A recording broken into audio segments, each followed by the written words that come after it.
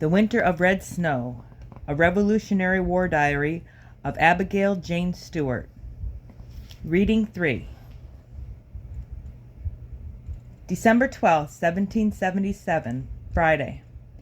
Sally's hem caught fire this morning. She was mad because it was my turn to hold Johnny, but she said it was her turn. She pulled on his sleeve and nearly pulled me out of the rocker with him, so I put my foot up against her, not hard, and she fell back. While she was yelling that I had kicked her, I did not. Her skirt spread out on the hearth, and all of a sudden there were flames. I jumped up with Johnny in my arms and stomped fast on her hem. Our screams brought Papa. Now Sally's left leg and ankle are blistered, and she's been crying all afternoon, it hurts so. I am heart-sore and worried. Elizabeth and I made her a cozy bed by Johnny so she shan't have to climb upstairs. Mrs. Hughes came with a bag of herbs. She also brought corn cakes wrapped in cloth, still warm. After she tended Sally's burns, she sat with us to supper. Being a widow lady, she's lost 2 husbands. Her nephew always checks on her and brings news. The latest, even more disturbing, General George Washington and his troops are camped just a few miles away at Gulf Mills. Within the week, they will march here to Valley Forge to make winter quarters. This is to keep the British from capturing more of Pennsylvania. When Mrs. Hughes explained that it meant thousands of soldiers in our front yard for the whole winter, Mama excused herself from the table and went over to the window. She stared out at the bare fields. "What shall the army do for food?" she asked. "Where shall they sleep?" Sally called from her bed, "They may stay with us, Mama." After supper, when we were changing into our nightgowns, Beth whispered a secret and made me promise not to tell. She plans to sew a coat on, and on the inside collar embroider her name, Elizabeth Ann Stewart,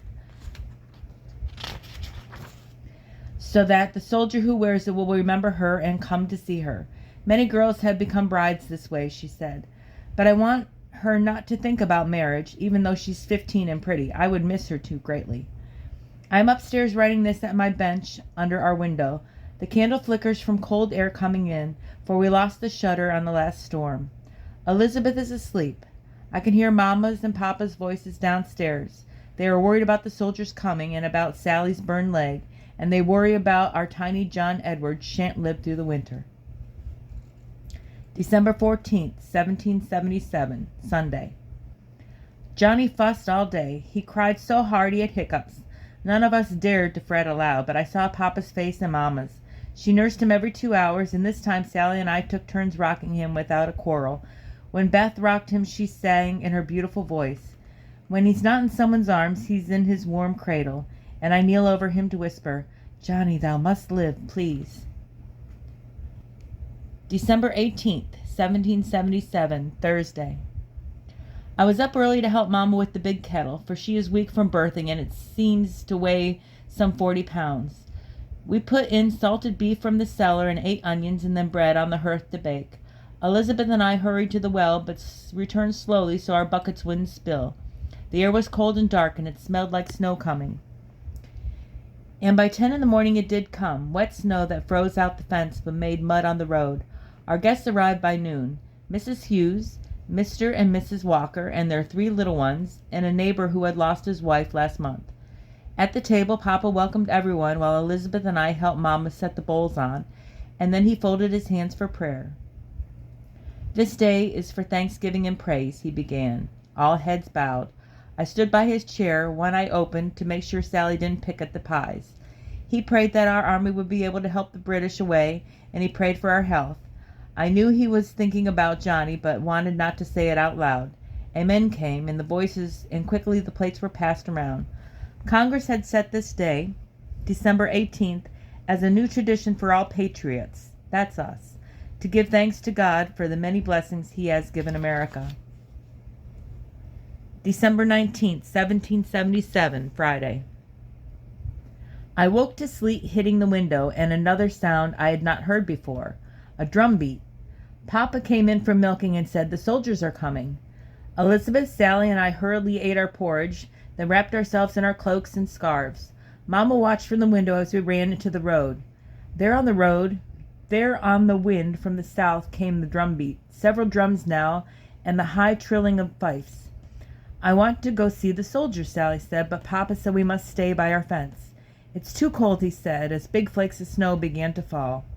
The fields were turning white and the roads looked like frosting with chocolate showing through. Since twice we went inside to warm ourselves, for the wind cut through our clothes. Finally through the gray we saw them. 3 officers on horseback led. We ran outside to cheer, but the men were quiet and thin. The sight of them took my breath away. "They have no shoes," Elizabeth whispered. We watched for several minutes as they passed by. We were unable to speak. Their footprints left blood in the snow. As I write this upstairs, my candle low and our room cold, I think I shall never again complain. For many hours we watched the soldiers march single file into our valley. Hundreds and hundreds were barefoot, the ice mud cutting their feet. Some had rags wrapped around their legs because they had no trousers. No trousers, imagine. Mama cried to see their misery. Without thinking, I ran up to a boy. He seemed to be Elizabeth's age, whose arms were bare. I threw my cloak over his shoulders, and the look of relief in his eyes is something I shall never forget. Sally gave her mittens, and Papa wrapped his scarf around the neck of one of the poor boys playing a fife. As the soldiers passed, I saw other families had done the same.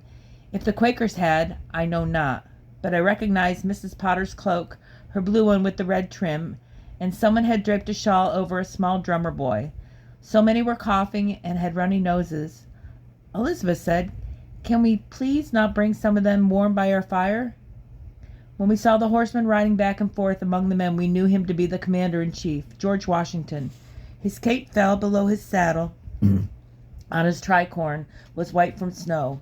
I shall remember him always. He called continually to his soldiers words of encouragement, and he had the most dignified bearing. Now, as I look down from my window, I see their campfires among the trees, hundreds of tiny lights flickering through Valley Forge. The wind is howling and blowing snow. These poor men, how should they sleep in such cold with no shelter? December 20th, 1777, Saturday. It snowed last night. Sally and I ran and slipped back and forth from the house to the barn to make a path. The snow was almost to my knees. In the barn, while Papa milked, I plaited Brownie's tail so it would not swish into Papa's face. I asked Papa why so many soldiers have no shoes and why their clothes are tattered.